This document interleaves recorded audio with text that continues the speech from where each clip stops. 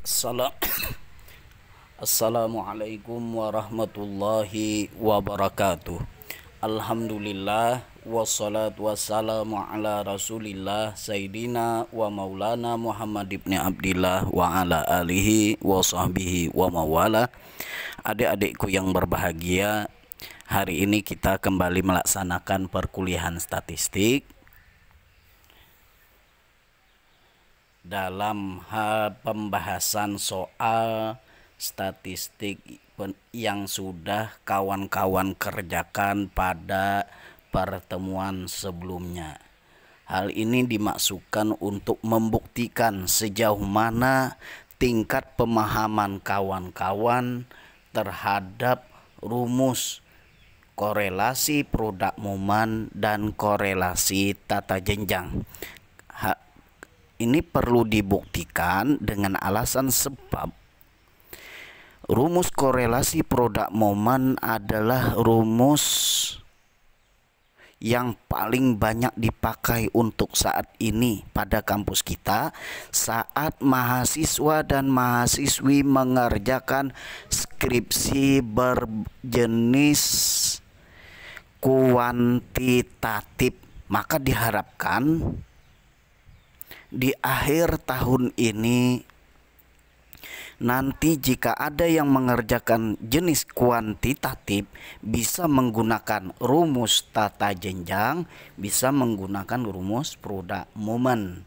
Nah, untuk itu perlu dibuktikan. Maka soal minggu kemarin adalah seperti ini. Berdasarkan hasil angket dari 10 orang siswa, itu diketahui setiap orang itu uang sakunya demikian, tabungannya demikian. Nah, dalam soal berdasarkan data hasil angket tersebut, maka kita buat pertanyaan, bagaimana korelasi antara uang saku dan tabungan mahasiswi Stairaha Amuntai berdasarkan rumus korelasi produk momen, atau kita beri warna di sini warnanya kuning. Dari tabel itu ternyata bisa digunakan ada dua cara. Yang kedua, bagaimana korelasi antara uang saku dan tabungan mahasiswi Stairaha Amuntai berdasarkan rumus korelasi tata jenjang. Jadi ada dua soal. Gunakan rumus korelasi produk momen untuk interpretasi atau analisisnya, dan menggunakan rumus korelasi tata jenjang. Jadi kita kerjakan soal pertama dulu. Bagaimana korelasi antara uang saku dan tabungan mahasiswi Stairaha Amuntai berdasarkan rumus korelasi produk momen. Di sini warnanya kuning. Jadi pembahasan rumus korelasi warna kuning Bapak beri dengan warna kuning dalam pembahasan analisis soalnya. Nah, langkah yang perlu dibuat terlebih dahulu adalah tentukan hipotesisnya. Kita tentukan, kita tulis HA, ada korelasi yang signifikan antara uang saku atau variabel X dan tabungan mahasiswi atau variabel Y. HO-nya tidak ada korelasi yang signifikan antara uang saku dan tabungan mahasiswi Stairaha Amuntai. Setelah dibuat hipotesis, baru kita buat tabelnya. Kan tabel hasil angketnya seperti ini. Tabel uang saku dianggap variabel X, tabel tabungan itu kita anggap sebagai Y. Maka kita buat tabelnya, kita buat perhitungan. Nah, X-nya supaya lebih mudah namanya dihilangi. Nomor 1 maksudnya itu orang yang pertama, X-nya itu X-nya itu uang saku, Y-nya itu tabungan. Orang yang pertama uang sakunya 700 per bulan, tabungannya per bulan itu kawa menabung 400, uang saku 700. Kawa menabung sebulan 400. Orang kedua uang sakunya selama sebulan itu 720. Sedangkan dia mampu menabung 350 dalam sebulan. Begitu seterusnya sampai orang yang ke-10. Jadi X adalah uang saku, Y adalah tabungannya. Untuk mengerjakan korelasi produk momen, maka kita harus buat dulu tabelnya. Tabel X2 dulu, tabel X2. X2 itu apa tadi? Uang saku. X2 berarti uang saku pangkat 2. 700 kali 700. Nih. 700 kali 700 sama dengan 490.000. 700 orang kedua, Bang. 720 kali 720 sama dengan 518.400.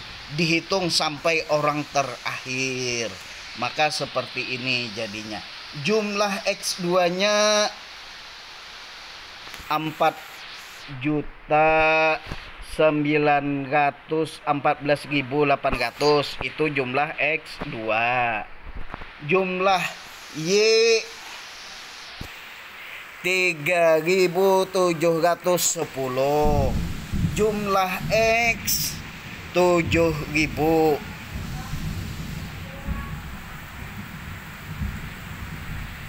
Nah, selanjutnya kita cari Y kuadrat. Y kuadrat itu apa? Berarti Y kali Y. Orang pertama Y itu tadi apa? Y itu adalah tabungan. Orang pertama tabungannya berapa? 400. Untuk mencari Y kuadrat berarti 400 kali 400. Berapa totalnya? Itu lihat warna pink. Warna pink. 400 kali 400 atau Y kuadratnya adalah 160.000. Kita lihat orang yang kedua. Orang kedua warna hijau. 350 kali 350 berapa jumlahnya? Lihat warna pink, itu jumlahnya 122.500. Seterusnya sampai ke bawah. Yang warna kuning di bawah itu jumlahnya. Jumlah Y kuadratnya berarti 1.416.900. Nah, XY pang apa? Yang warna merah. XY itu berarti X kali Y. X-nya 700, Y-nya 400. 700 kali 400 sama dengan 280.000. Nah, tuh lihat. Lihat di orang pertama. XY yang warna merah XY berarti X kali Y. Maka cari X-nya berapa? Lihat orang pertama yang warna kuning, X-nya 700, Y-nya 400. 700 kali 400, lihat jumlahnya berapa di warna merah? 280.000. Nah, cari XY-nya sampai orang ke-10. Baru ditotalkan. Jumlah XY adalah berapa? 2.607.200. Jumlah Y kuadrat 1.416.900. Jumlah X kuadrat 4.914.800. Jumlah Y 3.710. Jumlah X 7.000. Nah, jumlah-jumlahnya ini yang warna kuning bagian bawah ini kita salin. Nah, nih yang ini kita salin.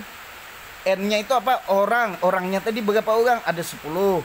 Jumlah XY 2.607.200. Jumlah X 7.000. Jumlah Y 3.710. Jumlah X kuadrat 4.914.800.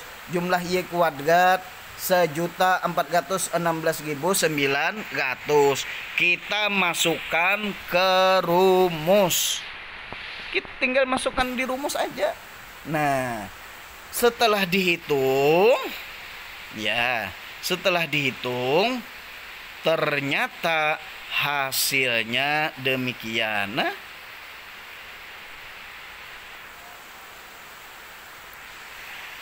begini hasilnya. Berapa hasilnya? 0,4166. Dari mana dapatnya 0,4166? Itu rumusnya RXY sama dengan N kali jumlah XY. Jumlah XY berapa? N-nya 10. Jumlah XY-nya 2607.200 dikurang jumlah X. Jumlah X berapa? 7.000. Jumlah Y 3.710 dibagi akar N-nya 10. Jumlah X kuadrat, lihat jumlah X kuadrat 14.800. Imbah itu jumlah X yang dikuadratkan 7.000 yang di jumlah X.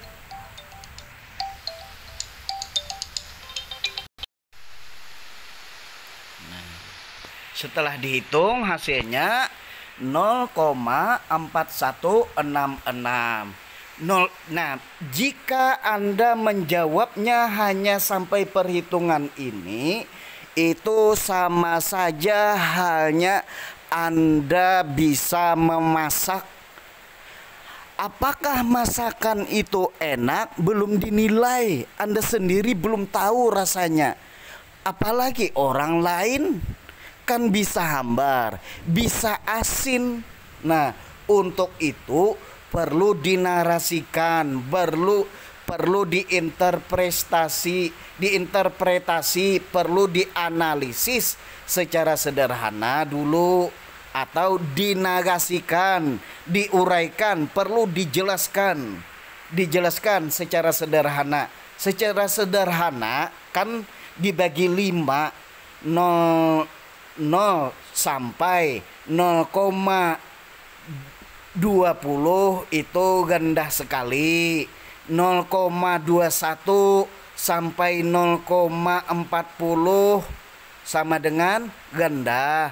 0,41 sampai 0,60 itu sedang. Nah, 0,41 kalau ini, maka berdasarkan hasil hitung dari korelasi X dan Y secara sederhana ya adalah 0,4166 termasuk dalam kategori sedang.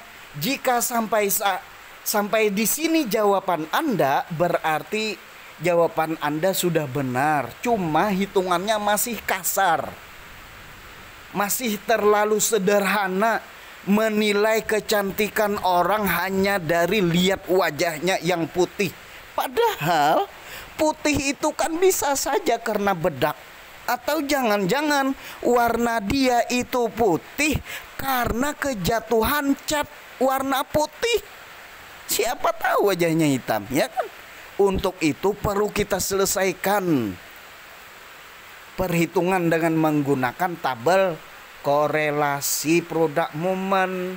Nah, untuk menggunakan tabel korelasi produk momen, kita harus menghitung menggunakan DF dulu. DF itu apa? N kurang NR. N-nya itu jumlah orangnya berapa? 10. NR-nya itu variabelnya X dan Y. Uang saku dan tabungan ada 2. Uang saku dan tabungan yang dihubungkan tadi ada 2 loh.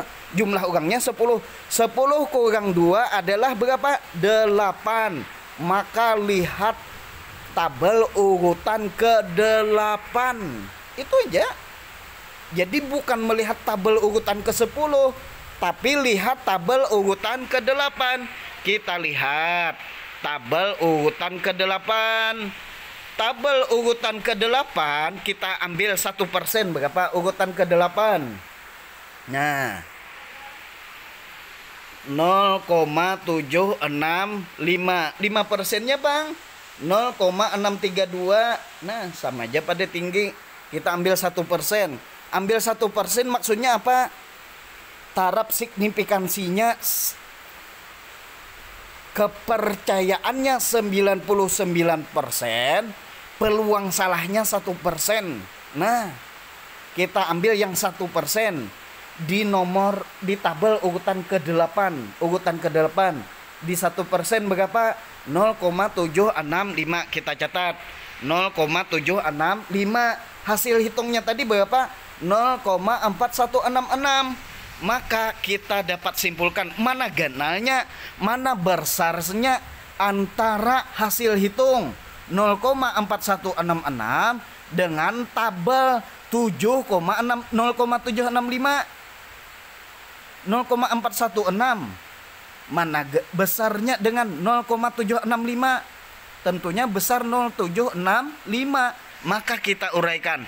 Dengan demikian dapat disimpulkan bahwa RO atau hasil hitung, hasil observasi itu lebih kecil dibanding R tabel 1%, sehingga HA ditolak dan HO diterima. Maksudnya apa? Yakni tidak ada korelasi antara uang saku dengan tabungan mahasiswi Stairaha Amuntai. Tidak ada korelasi ternyata. Kenapa? Sebab kan bisa saja banyak uang saku tapi belanja banyak, kada sempat nabung jadinya. Nah, dari hasil angket ini, nih dari hasil angket yang ini,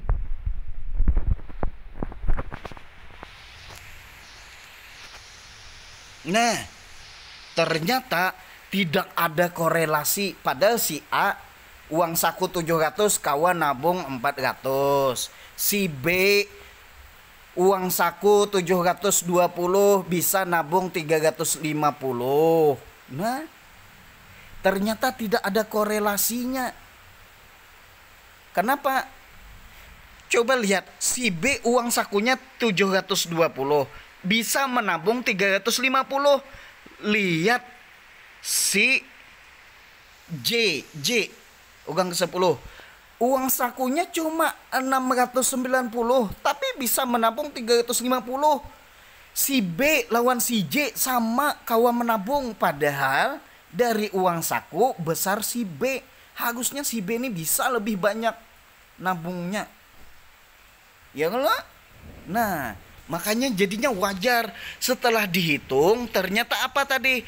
Tidak ada korelasi antara uang saku dengan tabungan mahasiswi Stairaha Amuntai. Tadi kan soalnya ada dua.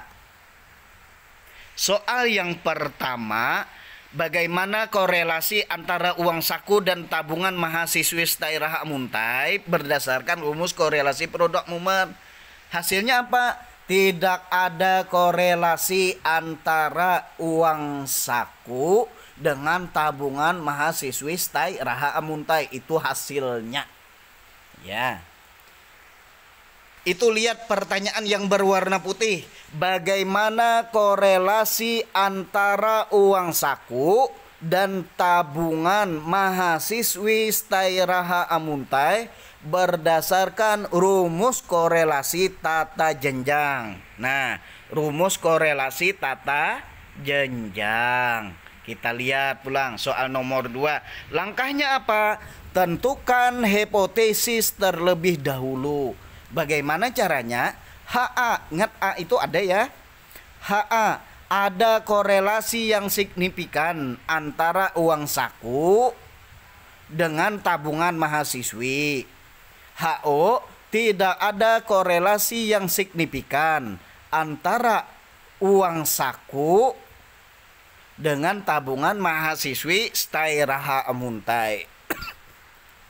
Setelah ditentukan hipotesis, Maka kita buat tabelnya. Uang saku tadi kan X, tabungan itu Y. Kita lihat dulu uang sakunya, sebab korelasi tata jenjang itu menggunakan ranking, menggunakan peringkat, menggunakan urutan.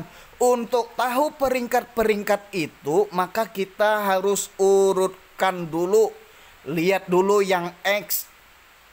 Yang X, uang sakunya, uang saku dari 10 orang itu ternyata orang pertama dan orang ke-8 itu sama. Ingat, untuk rumus korelasi tata jenjang, mencari ranking bila kembarnya kembar 2. Sebab 2 lo kok 2 kalau 700 lawan 700. Nah, karena orangnya ada 10, berarti rankingnya harusnya ada 10. Karena ada 2 yang sama, berarti kada sampai ada ranking yang double. Ya, kita buat ranking dari yang terendah. Yang paling rendah di uang saku di simbol X itu berapa? 650. Tuh, 650. Maka R1, lihat yang paling atas R1 untuk orang ke-7 itu adalah ranking 1. R1 itu untuk X, R2 itu untuk Y. R1 orang ke-7 adalah ranking 1. R1 untuk orang ke-5 adalah ranking 2. Ranking 3-nya pang di R1 itu berapa? Siapa? Adalah orang ke-4. Ternyata setelah ditelusuri, orang pertama dan orang ke-8 yang uang sakunya 700 itu adalah ranking ke-6 dan ranking ke-7. Ranking ke-6 dan ranking ke-7. Maka ranking 1, 2, 3, 4, 5, 8, 9 dan 10 itu bisa ditaruh langsung rankingnya. Yang membingungkan itu cuma siapa yang ranking 6 dan siapa ranking 7. Karena sama, orang pertama kah yang diberi ranking 6, orang ke-8 diberi ranking 7. Kada adil kalau, karena sama-sama uang sakunya 700. Untuk itu karena ranking 6 dan ranking 7, 6 tambah 7 berapa? 13. Karena ada 2 ranking, 13 bagi 2 dapat 6,5. Maka orang pertama yang dapat 700 tadi ranking 6,5 di R1 ini, orang ke-7 juga 6,5. Nah, DR1. Sedangkan R2 itu adalah untuk Y. Ya, R2 untuk Y. Kita mencari R2. Untuk mencari R2, lihat barisan yang paling atas. Ya, kotak yang datar bagian atas R2. R2 itu, untuk mencari R2 kita lihat bagian Y. Bagian Y ini ternyata ada 4 yang sama. 4 yang sama ini bukan keempatnya sama, tapi masing-masing 2-2.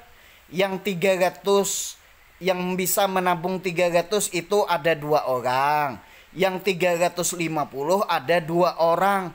Karena macamnya yang sama itu ada 2, 300 dan 350. Jadi bukan 4 macam nang sama, tapi yang 300 yang sama sudah 2 orang. 1 udah 300 dan 350 karena ada 2. berarti gunakan rumus yang kembar 2, rumus korelasi tata jenjang kembar 2. Lain halnya 350 ada 4 orang, berarti harus yang kembar 3 atau lebih yang rumusnya digunakan. Ini kan yang sama itu 300 dan 350. Berarti karena ada 2, berarti gunakan rumus yang kembar 2. Bila kembarnya ada 3, 300 ada 3 orang, berarti gunakan yang kembar 3 untuknya mencari 300. Nah, bisa dipahami? Nah, karena sudah bisa, maka kita urutkan. Ternyata yang dapat 300 ini adalah yang terendah ranking pertama dan ranking kedua. Karena kembar 2 berarti ranking 1 dan ranking 2, 1 tambah 2 3, bagi 2 1,5. 350 tuh Bang, itu ranking berapa? Ranking 5 dan ranking 6. 5 tambah 6 berapa? 11. 11 bagi 2 5,5. Berarti yang 350 itu masing-masing dapat ranking 5,5 supaya adil. Nah, jadi akhirnya di R2 nih, R2. Nah, R2 ya kan? Yang paling atas ini R2. R2 orang pertama ranking 7, orang yang kedua ranking 5,5, orang ketiga ranking 8, orang keempat 1,5 sampai di bawahnya. Selanjutnya kita cari D. D ini dari mana dapatnya? R1 kurang R2 sama dengan D. 6,5 kurang 5 sama dengan berapa? Min setengah, min 0,5. Ya, orang yang kedua Bang, 8 kurang 5,5. Berapa hasilnya? 2,5. Kita lanjutkan. Orang yang ketiga, 10 kurangi 8 sama dengan 2. Begitulah cara menghitung D. Teruskan sampai yang paling bawah. Nah, sampai yang paling bawah, sampai orang yang ke-10. Selanjutnya kita hitung bujur kada. D ini hasilnya, jumlahnya jika ditambah semuanya harusnya hasilnya itu 0. Jika tidak 0, maka ada yang salah perhitungan sebelumnya. Ingat, bisa juga kita harusnya menggunakan rumus korelasi tata jenjang yang kembar 3. Tapi kan tadi kita menggunakan rumus tata jenjang yang kembar 2, ya lo. Nah, atau salah perhitungan antara R1 kurang R2 sama dengan berapa? Ada salah hitung. Nah, jika D ini, jumlah D yang paling bawah ini tidak 0, kita buktikan dulu. 0,5 min 0,5 di punya uang, kita punya hutang setengah, dibayar tapi punya uang atau dibayari 2,5. Berapa uang saku kita? Tinggal 2. Ya, uang sakunya tinggal 2. Uang saku tinggal 2 ditambah 2 berapa? 4. Jadinya uang sakunya 4 ya kan? Kita ulang. Nah, D angka yang pertama min 0,5 atau kita punya hutang setengah. Kita punya hutang setengah. Ada uang saku 2,5. Berapa sisa uang saku kita? Tinggal 2. Ingat ya, uang saku kita ada 2. Ternyata diberi orang lagi 2. Tadi uang saku berapa? 2. Ditambah 2, berapa jadi uang saku kita? Ada 4. Nah, ada 4, dapat lagi uang 1,5. 4 tambah 1/2 berarti berapa? 5,5. 5,5 ternyata kita punya hutang sama orang 2. 5,5 kurang 2. 5,5 kurang 2 berapa? 3,5. Ya kan? 5,5 kurang 2, 3,5. 3,5 kurang setengah, 2,5. Ingat ya, 2,5. 2,5 kurang 8. Nah, 2,5 kurang 8. Kita punya uang 2,5, punya hutang 8. Sisa berapa? 2,5 kurang 8. Berarti berapa? Min 5,5. Min 5,5. Kita bayari 5. Kita punya uang 5 Bang. Tadi hutang min 5,5, dibayari 5. Jadi minnya berapa? Min 5. Kita punya hutang setengah lagi. Kita punya hutang setengah. Punya 1 berarti plus setengah. Kita punya kelebihan uang setengah. Nah, ternyata berhutang lagi setengah. Akhirnya berapa? 0 hasilnya. Ya kan? 0 sudah nggak ada lagi. Nah, berarti benar ini. Ingat ya, untuk perkalian min kali min plus kali plus. Nah, maka untuk D kuadrat berarti min 0,5 kali min 0,5 berarti minnya itu jadi plus, ya kan? 0,5 kali 0,5 sama dengan 0,25. 2,5 kali 2,5 6,25. 2 kali 2 sama dengan 4. 1,5 kali 1,5 sama dengan 2,25. Min 2 kali min 2 sama dengan plus 4. Min 1 kali min 1 sama dengan plus 1. Min 8 kali min 8 sama dengan plus 64. Plus 5 kali plus 5 sama dengan plus 25. Plus 1 kali plus 1 sama dengan plus 1. Min 0,5 kali min 0,5 sama dengan plus 25. D kuadrat setelah dijumlahkan 0,25 ditambah 6,25 terus sampai ke bawah sama dengan hasilnya itu ternyata 108. Ya. Kawan-kawan, adik-adik semua, membuat tabel ini harus hati-hati. Sedikit saja Anda salah, maka perhitungan selanjutnya akan salah. Jika di awal salah, selanjutnya akan salah. Contoh, Anda memasak nasi tapi lupa naruh air. Maka masakkah nasi itu? Tidak kan?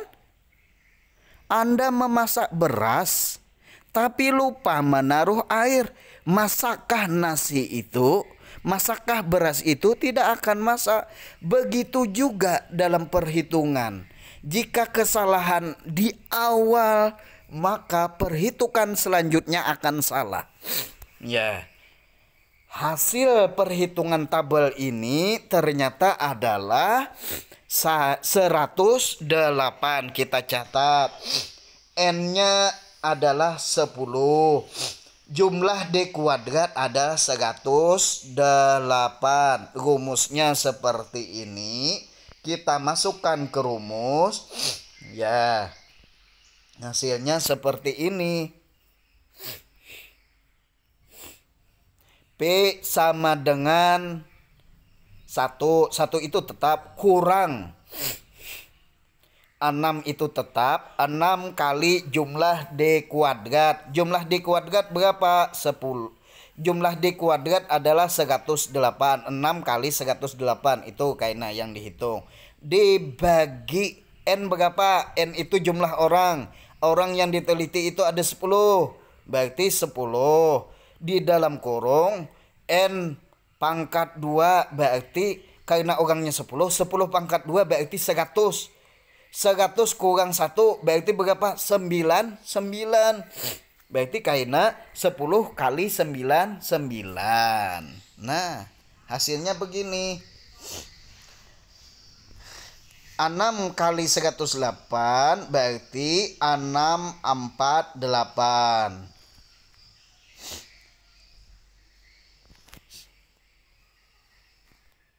10 kali 99 sama dengan 990.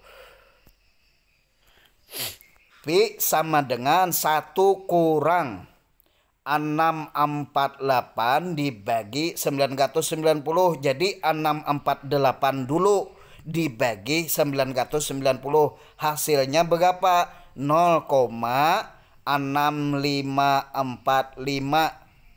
Nah, di mukanya tadi kan 1. Berarti 1 kurang 0,6545. Berapa 1 kurang 1 kurang 0,6545? Berapa hasilnya? 0,3455.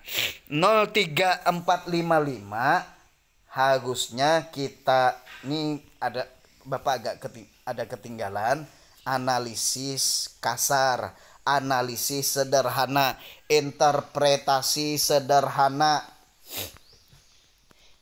Kalau kita menilai secara sederhana, interpretasi secara sederhana, 0,34 itu termasuk kategori apa? Rendah sekali, rendah, sedang, tinggi atau tinggi sekali? Ayo, masuk kategori apa? Ini kebetulan Bapak ketinggal di sininya. Ayo. Masuk kategori apa? Rendah sekali, rendah, sedang, tinggi atau tinggi sekali? Ya. Biasanya untuk kategori kasar itu dibagi 5. 0,00 sampai 0,20 itu sedang. 0,21 sampai 0,40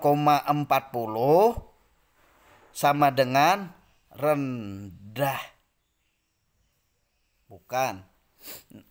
0,00 sampai 0,20 itu rendah sekali. 0,21 sampai 0,40 itu rendah. 0,21 sampai 0,40 tuh rendah. Ini Pang, berarti antara itu ya. Kalau berarti secara sederhana, interpretasi sederhana, berdasar hasil hitung korelasi tata jenjang antara variabel X dan Y termasuk kategori rendah sekali. Nah, jika Anda hanya sampai sini menghitungnya, berarti Anda hanya cuma bisa memasak, belum tahu masakan Anda itu enak apa tidak, belum tahu yang Anda masak itu keasinan atau terlalu hambar. Maka perlu interpretasi sederhana. Karena hasil hitungnya 0,3455 berarti termasuk dalam kategori sedang. Nah, jika sampai interpretasi sederhana, berarti Anda sudah bisa menilai untuk diri sendiri, ya kan? Nah, tapi kita perlu interpretasi yang lengkap, gunakan tabel korelasi tata jenjang.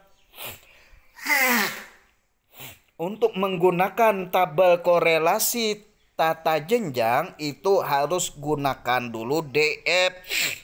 DF 10 itu berapa? DF adalah sama dengan N, berarti DF 10 itu ya 10. Ya, P-nya tadi 0,3455. Kita lihat tabel ke-10. Tabel ke-10 adalah di 1% ya, 0,794. Maka kita catat.